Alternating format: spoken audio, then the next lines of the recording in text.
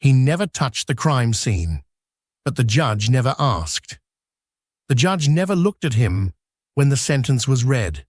Not once. The courtroom was full, reporters ready, family crying. But something strange happened that morning. No fingerprints were presented.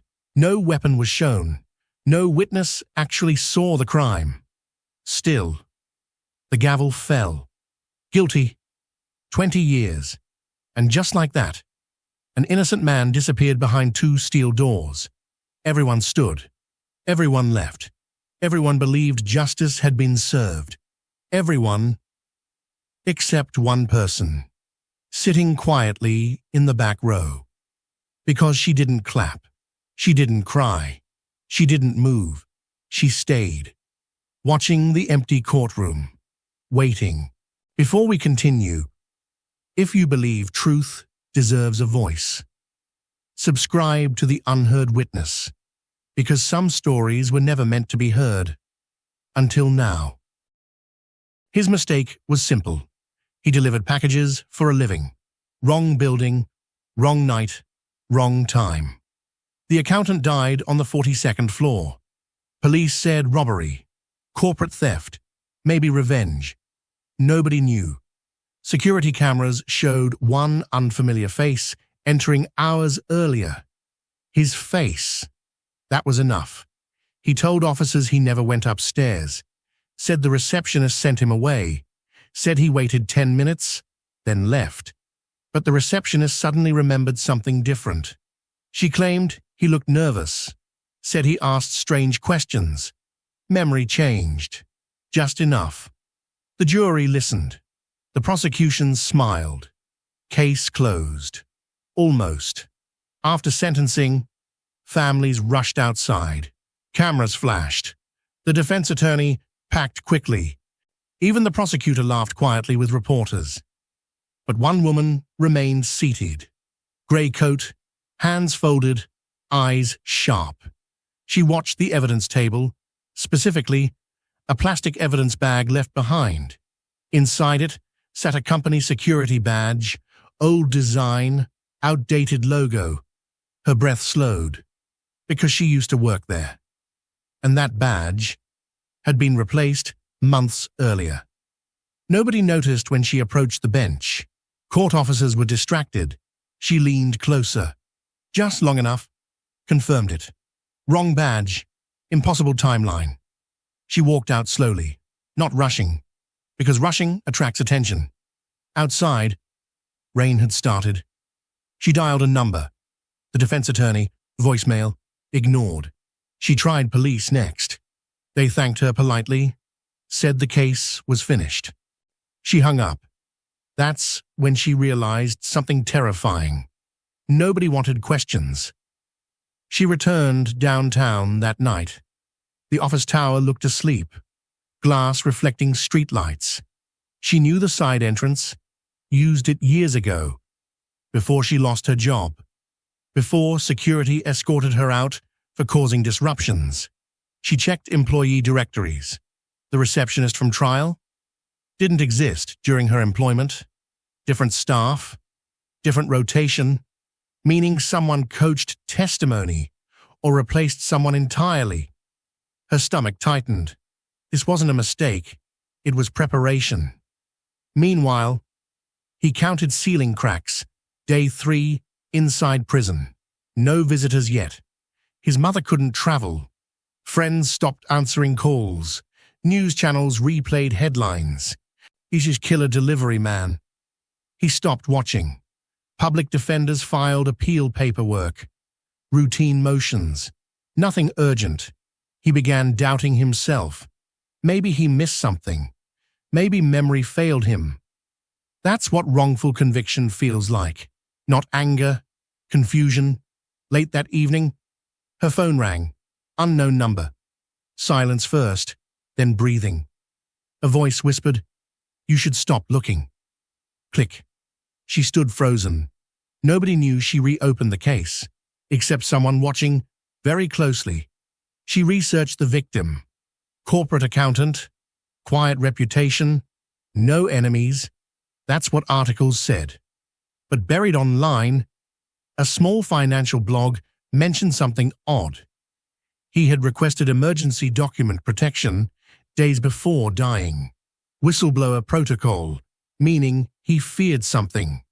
She tracked his final meetings. Executives, closed doors, private security hired 1 week earlier. Why hire guards if nothing was wrong? Her answer came fast. Because something already was. Security archives should have been erased after 30 days. But she found a backup vendor. Small company. Forgotten contract. A nervous technician admitted something. Someone ordered footage removed early. Paid cash. Corporate authorization. She watched the remaining clips. The delivery man entered lobby, waited, checked phone, left, never touched elevators, never reached the crime floor. Her hands shook. He physically couldn't have done it. She forced a meeting, dropped photos on his desk, timelines, footage, still frames. He stared quietly, embarrassed, because he missed it. And trial pressure, media pressure, budget limits. He agreed to reopen investigation quietly, but warned her, corporate lawyers destroy reputations. She smiled faintly. They already tried, years ago. Police reopened evidence review. That night, someone entered her apartment. Nothing stolen, nothing broken, only one thing missing. Her notebook, every discovery, gone. On the kitchen table sat a single envelope. Inside, a photo, taken earlier that day. Her leaving the attorney's office. Message clear, stop, or else. She remembered something. 42nd floor renovations months earlier. Restricted elevators, executives only. She bribed a janitor, entered late. Dust everywhere, unused offices. Then she found it. Hidden conference room, cables still connected, on a private recording system, corporate negotiation space, meaning the accountant died during a meeting nobody admitted existed. Recovered footage showed a shadow entering minutes later. Private elevator, face partially visible, executive badge, company vice president. A man who testified remotely during trial, claimed he was overseas. Flight records proved otherwise. He never left the city. Someone lied under oath. She finally visited him, glass between them.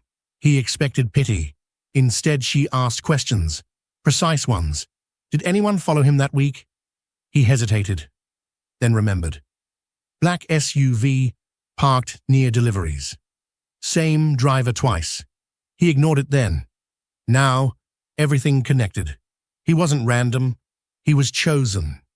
The accountant had hidden documents, encrypted drive, so it's corporate fraud, money routed through charities, political donations disguised. Executives panicked. Someone arrived to negotiate silence. Argument escalated. Death followed. They needed distraction. A suspect. Fast.